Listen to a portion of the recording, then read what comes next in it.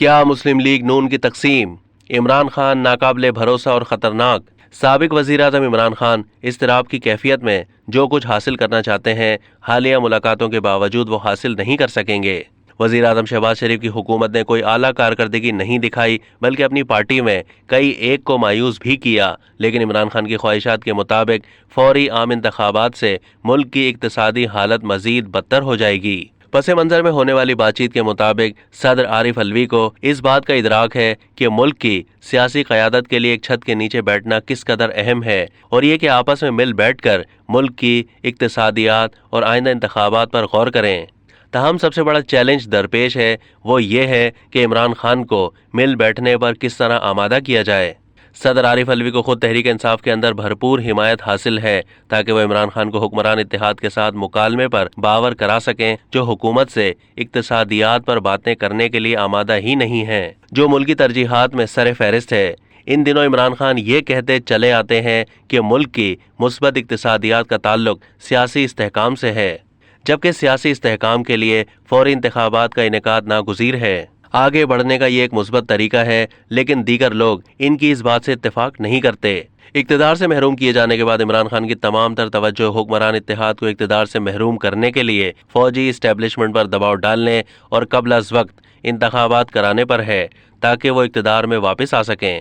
موجودہ حکومت کے ابتدائی ہفتوں میں قبل از وقت انتخابات کا امکان تھا اور کچھ قوتیں بھی اس بارے میں سنجیدہ تھیں، لیکن بعد ازاں عمران خان کی جارحانہ پالیسی اور تحریک انصاف کی سوشل میڈیا پر منفی مہم غیر مؤثر اور نقصان دہ ثابت ہوئی۔ عمران خان یہ بات نہیں سمجھتے کہ اپنی تمام تر مقبولیت کے باوجود انہوں نے اثر انداز ہونے والی قوتوں کا اعتماد کھو دیا ہے، جو ان کے لیے پریشانی کا باعث ہے۔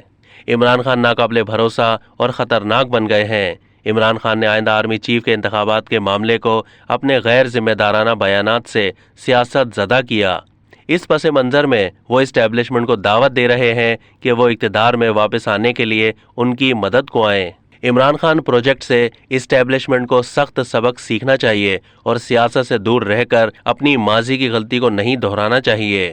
عمران خان چاہتے ہیں کہ وہ ماضی کی طرح کی غلطیاں دہرائیں جس کے لیے اسٹیبلشمنٹ آمادہ نہیں ہے۔ نومبر میں اسٹیبلشمنٹ میں کلیدی تبدیلی کا امکان ہے، لیکن غیر جانبدارانہ پالیسی کا تسلسل بھی متوقع ہے۔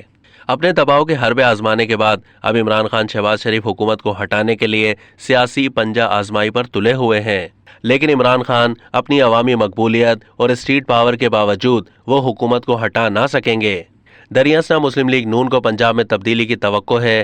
ذرائع کے مطابق وزیر اعلیٰ پرویز الہی کی حکومت تو برقرار رہے گی، لیکن اسے تحریک انصاف کے بجائے مسلم لیگ نون کی سپورٹ مل جائے گی۔